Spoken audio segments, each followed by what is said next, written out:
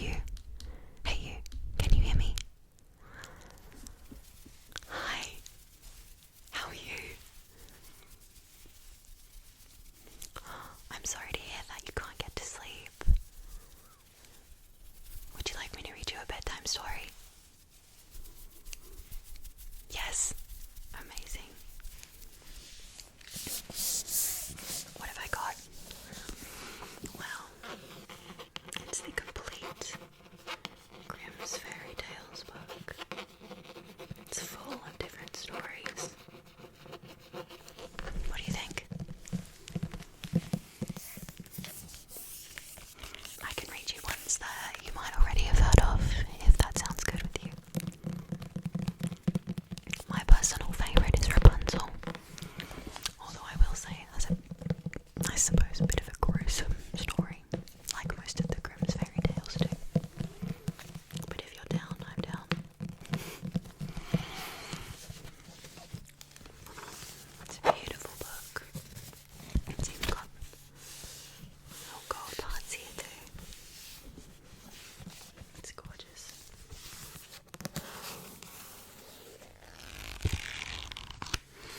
Now let's see which page.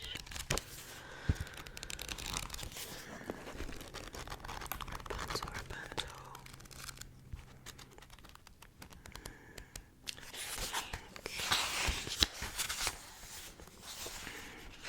Found it. See what a cute picture. Well, I suppose it's not cute if you know the story. Rapunzel.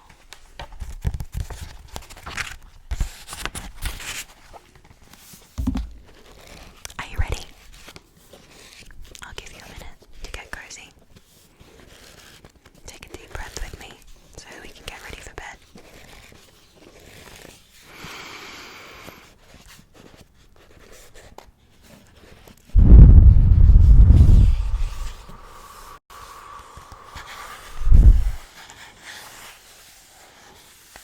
You're all comfy now.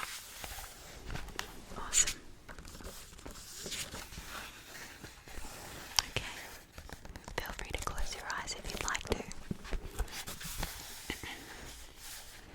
Rapunzel. There were once a man and a woman who had long in vain wished for a child. At length the woman hoped that God was about to grant her desire. These people had a little window at the back of the house from which a splendid garden could be seen. It was full of the most beautiful flowers and herbs.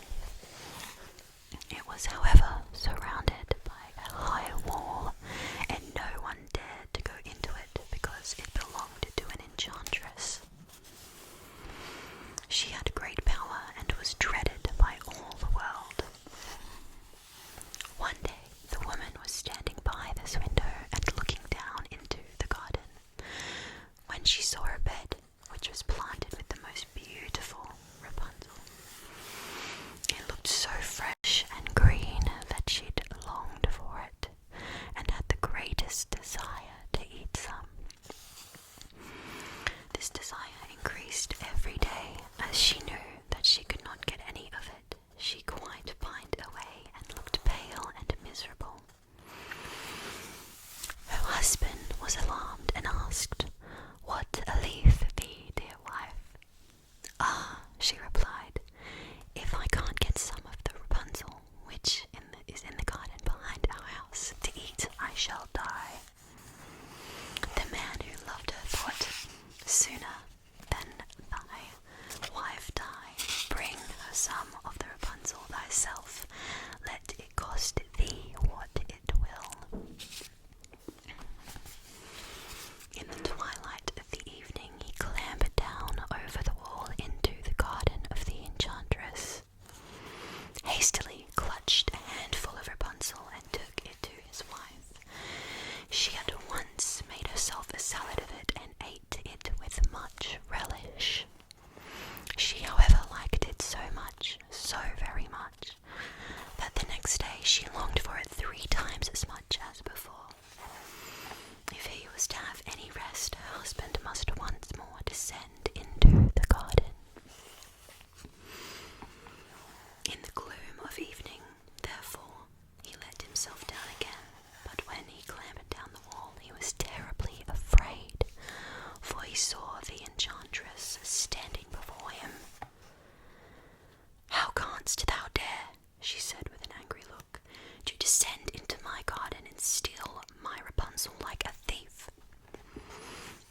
shalt suffer for it." "Ah," answered he, "let mercy take the place of justice. I only made up my mind to do it out of necessity. My wife saw your Rapunzel from the window and felt such a longing for it that she would have died if she had not got some to eat." Then the enchantress allowed her anger to be softened and said to him, "If the case be as thou sayest, I will allow thee to take away with thee as much Rapunzel as thou wilt. Only I make one condition. Thou must give me the child which thy wife will bring into this world. It shall be well treated, and I will care for it like a mother." The man, in his terror, consented to everything, and when the woman was brought to bed, the enchantress appeared at once, gave the child the name of Rapunzel, and took it away with her.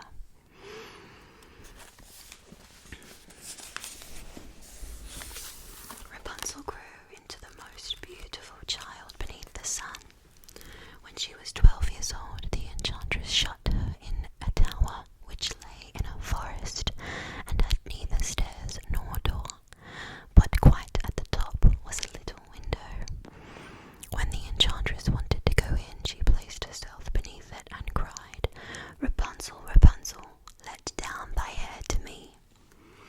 Rapunzel had magnificent, long, fine, spun as gold, and when she heard the voice of the enchantress, she unfastened her braids dresses, wound them round one of the hooks of the window above, and then her hair fell 20 ells down, and the enchantress climbed up by it.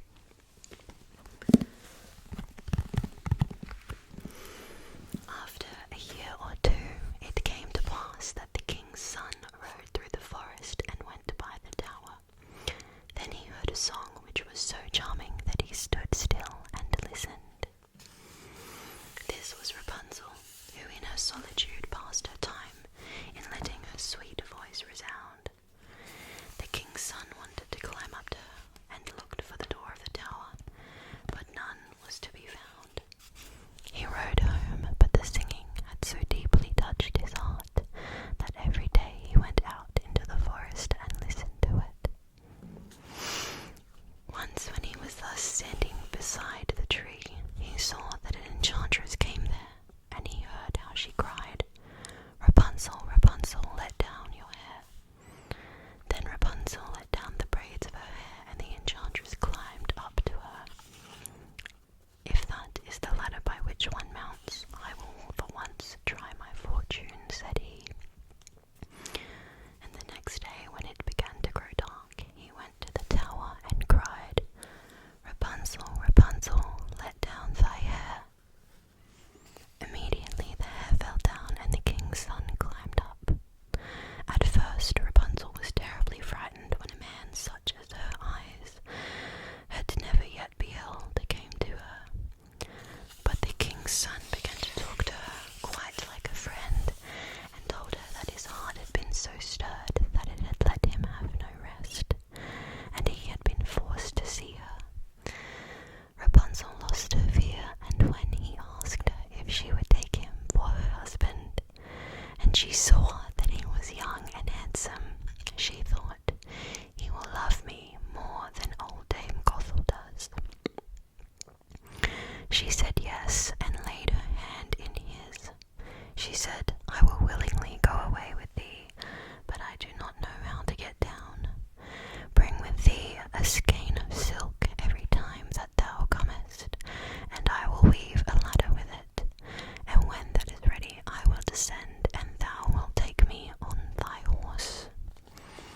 They agreed until that time he should come to her every evening, for the old woman came by day